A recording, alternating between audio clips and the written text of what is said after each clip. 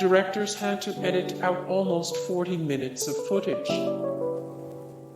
Co-directors Chad Stahelski and David Leitch explained in their director's commentary that the original cut of John Wick ran 2 hours and 20 minutes. That means that they had to edit out almost 40 minutes of footage. One scene that ended up on the chopping block was the final fight scene between Wick and Vicko. Typically in a revenge movie, the final epic fight scene is the ultimate battle between the hero, the main villain. However, the co-directors justified the edit on common sense, which spent the entire movie fighting and gunning down some massive opponents. So why should he have so much trouble taking care of Vicko when the audience just watched Wick kill dozens of far fitter bad guys? Studio heads didn't want Daisy to die. Is there anything more heart-wrenching than seeing a dog die in a movie? For retired assassin John Wick, it's the heinous murder of his beloved beagle Daisy, a dog meant to help him grieve the death of his wife, that brings him out of retirement. Despite the dog's vital importance as a plot starter, John Wick's co-directors were given studio notes that recommended the dog not die. About the suggestion, the directors said, "Think about that for a second. There will be a small-screen John Wick spinoff." The rumors are true. There will be a John Wick television series. The show will air on Stars and will be called The Continental, which is the hotel in the movies where the world's most elite group of assassins go when they need to retreat from the world. It has not been confirmed or denied whether or not Keanu Reeves will appear in the series. However, he will serve as co-executive producer. If you're wondering whether or not the series can live up to the movies, Starz CEO Chris Albrecht doesn't think fans will be disappointed. The Continental promises to include the thunderous fight sequences and intensely staged shootouts between professional assassins and their targets that fans have come to expect in the John Wick movie franchise. Albrecht also promises the introduction of some new, darkly compelling characters who inhabit this underground world. There's a connection between John Wick and The Matrix. Who wouldn't want to see the Matrix's Neo and Morpheus reunite?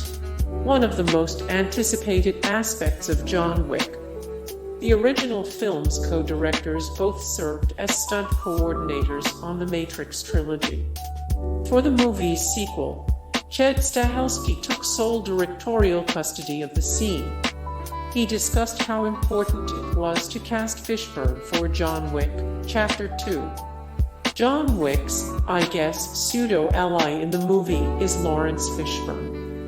You may know that Keanu, myself, and Lawrence all worked together on the Matrix trilogy.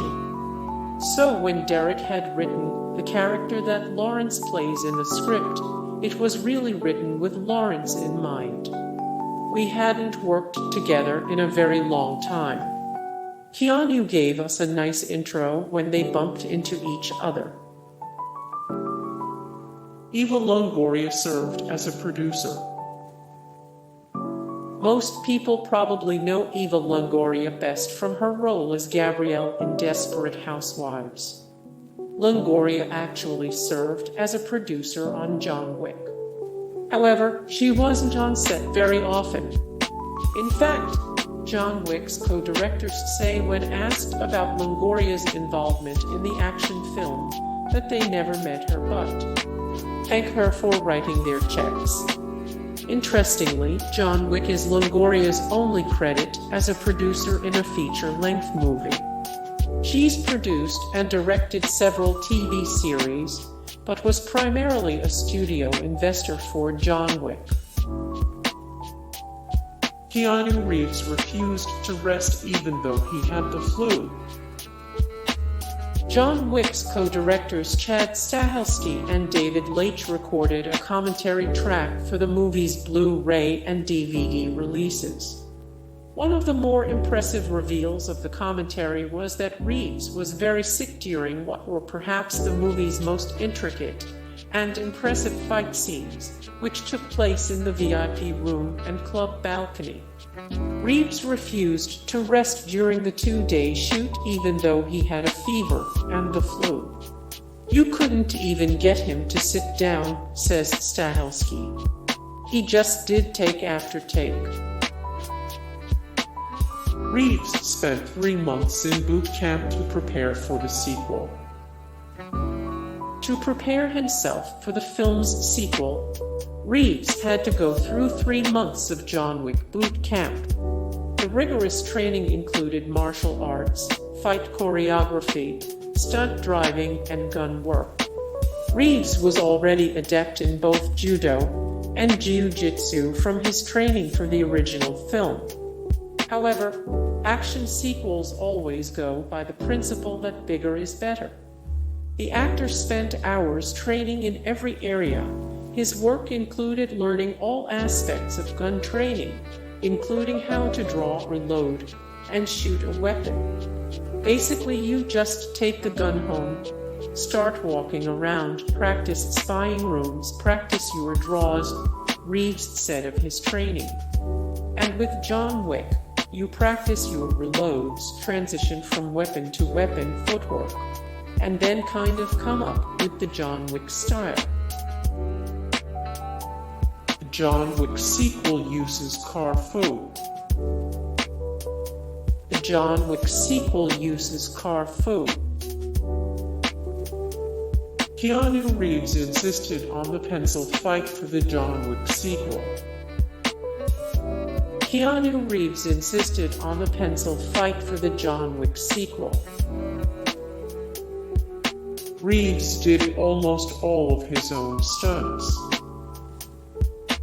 Reeves did almost all of his own stunts.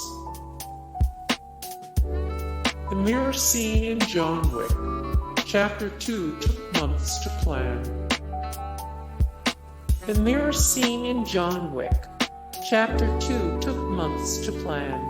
Hey guys, thank you so much for the support and likes and comments down below, and also thank you so much for watching, and I look forward to see you in the next video. Then take care, bye.